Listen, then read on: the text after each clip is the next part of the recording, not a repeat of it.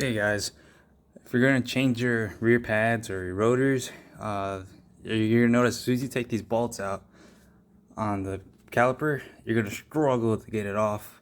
I found that the easiest way to cut some more slack is to take off this bolt right here. So pretty much you should be loosening up that brake line, giving you some more slack to get the caliper off, and it helps a lot.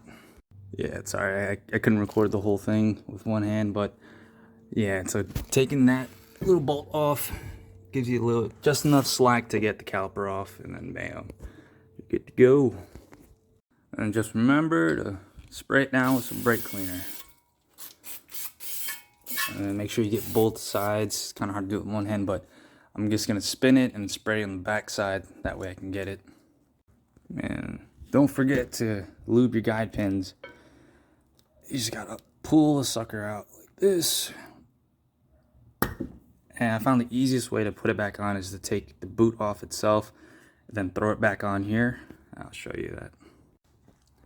Yeah, I didn't show it because I couldn't record it. But while the boot's on the guide pin itself, just twist and pull at the same time and you'll get it right off. And on this boot in particular, this side goes onto the guide pin, and this side here goes onto the caliper. So all you have to do is just twist and push, and then you'll get it in there. Slowly but surely.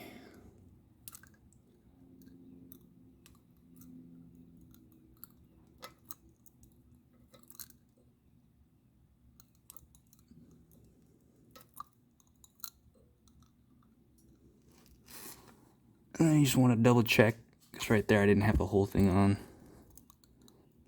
There we go, now it's on. And then just grab your handy dandy brake lubricant and then just squeeze it in there. Then push that guide pin back on, and then you're good to go. Yeah, so I like to just twist it, push it in and out a little bit just to get the lubricant everywhere. And the fun part is pushing it all the way in, and just twist and push. And now it's on there. You can tell that it's completely lubed up because the boot is a lot thicker than that one, as you can see. But if I did put too much lubricant, it'd be coming out here. But felt around, nothing's coming out. So I just put the right amount in. And for this rear caliper, you can see you got to turn it. So I bought this magical little Rubik's Cube. And this one has different sizes, so if you have a bunch of different vehicles, you're good to go. But this one works perfectly. Picked it up at Napa. You can get it at Advance Auto, AutoZone, pretty sure O'Reilly's as well. But this one right here, this side right here works. All I gotta do is just slap it on there and then turn it clockwise. But it's kind of hard for it to stay, so you gotta do it, put it on while you're turning it. Now let's see if I can do this one-handed.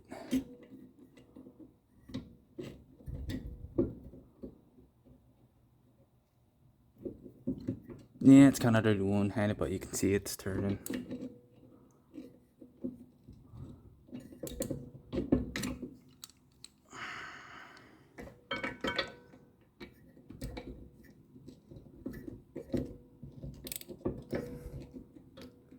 Yeah, it doesn't want me to do it one-handed. Come on now. There you go, but you get the gist of it.